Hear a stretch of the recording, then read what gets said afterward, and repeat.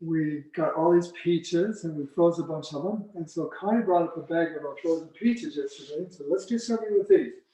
So we decided we'd make a compote. So I just let them thaw, and it is amazing the amount of liquid that has come from the freezing of the fruit. The fruit was frozen, and when you freeze the fruit, what happens is that the cell walls break. Water, when it freezes, expands about 11%. And so when the fruit freezes, lots of times what it is it breaks those cell walls, and all the liquid that's in the cells comes out. So, you freeze strawberries and they're great when they're frozen, but if you let them thaw, they're quite a bit juicier than when they were fresh. Same thing with the fruit, with the peaches. So we decided to make a compote. What's coming on from the orchard now is apple. So we have lots of apples. So I thought we'd do those two together, the apples and the peaches.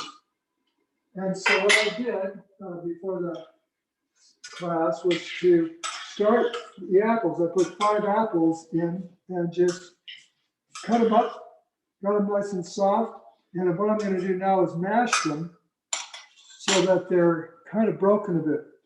Well, I guess in a compote, you don't need to mash them. I always mash them when I make applesauce, but I think I'll leave them whole because I like the texture. I like the wholeness of it. Show them the size that you cut those in, because that was nice. They're quite small. Cut, kind of small. I'd never cut them that small, but I think it's good for this dish. And of course, I left the skins on. I think the skins add a lot of flavor.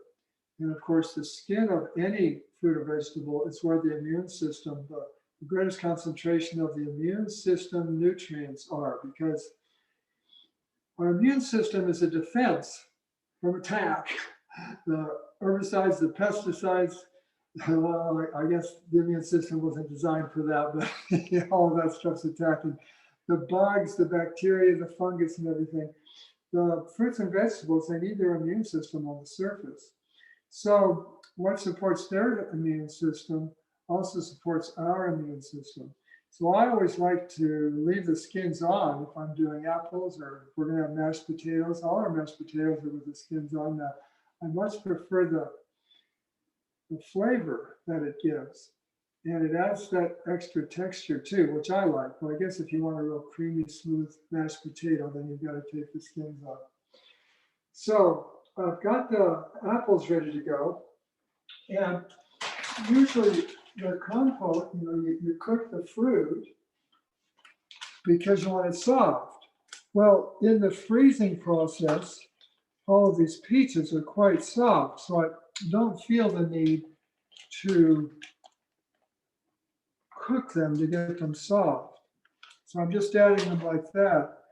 I see what I will do is I'll take them and I will cut them up. They're bigger than I want in my compote, so I'll go through and cut them.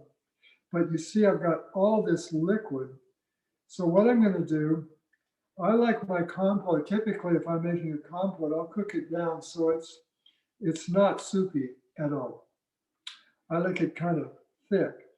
And so since I don't want to cook this down, I like the idea that these peaches are still relatively in their raw state. They haven't been cooked. And so that actually keeps more of the nutrient intact. So what I'm going to do to thicken this is add ground flaxseed. And that's the way I like to thicken. I'll do that if I'm making a crumble or any kind of a fruit pie type thing where I like that juice of the fruit to be thickened. I will just add a few tablespoons of ground flax. So that's my method. And what will you use the compote for? Like what kind of dish will you make out of it? Yeah, I love it over grain. So I'll have grain and fruit for breakfast lots of times. And so I will just put some grain, I've showed you that before, how we cook up a lot of grain. And then what we don't use fresh, I freeze, and I freeze in kind of half-cup servings. And so I will just take in the morning, I keep 2 or 3 of those half-cup servings that are wrapped in saran wrap. I keep 2 or 3 of those in the refrigerator so they're thawed. And then come breakfast, if I'm feeling like grain and fruit, I will just open one of those, put it in the bottom of a bowl. And then if I have compote, I'll just put compote right over it. And I just love that for breakfast. And I like to use the granola that Bill makes and then put the compote on top. Yeah, it works really well. That's really yummy too. Okay. Do any of you have ideas of how you use the compote? Because that's basically what we do.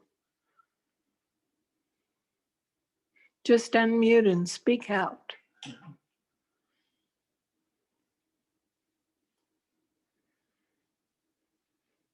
Nope. Okay. Okay. Okay, well, I think we'll just leave this for now. I'll finish cutting the peaches after. And for this much liquid, I'm going to add a sort of a 1/4 cup of ground flax. And you need to let the flax work for about 15 minutes to see how thick it's going to get. You don't want to get impatient. It's not like it starts thickening right away. The flax needs to absorb the moisture to thicken. And so I'll start with a 1/4 cup of ground flax. I'll stir it through and then come back in about 15 minutes and see if it's as thick as I would like it to be.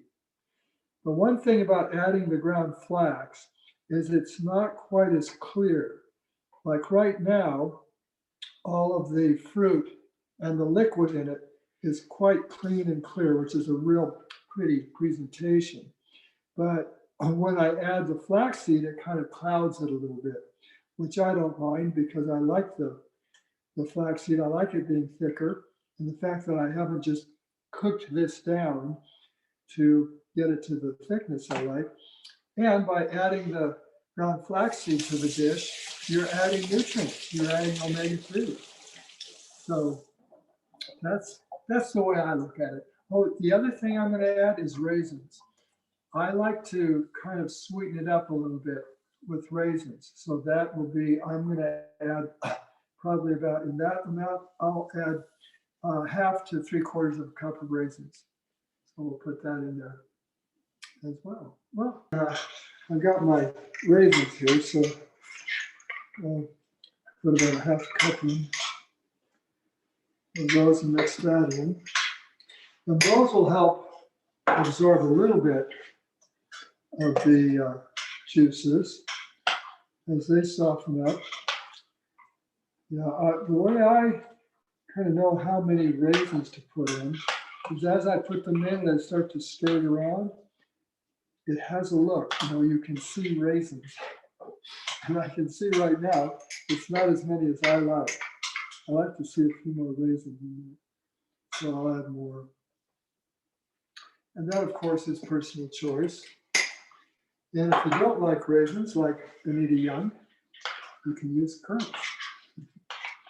Okay, there's that. Now, well, one thing I want to say about Anita Young liking currants, in macrobiotic cooking, they don't use raisins because of the high sweetness in them. They use currants.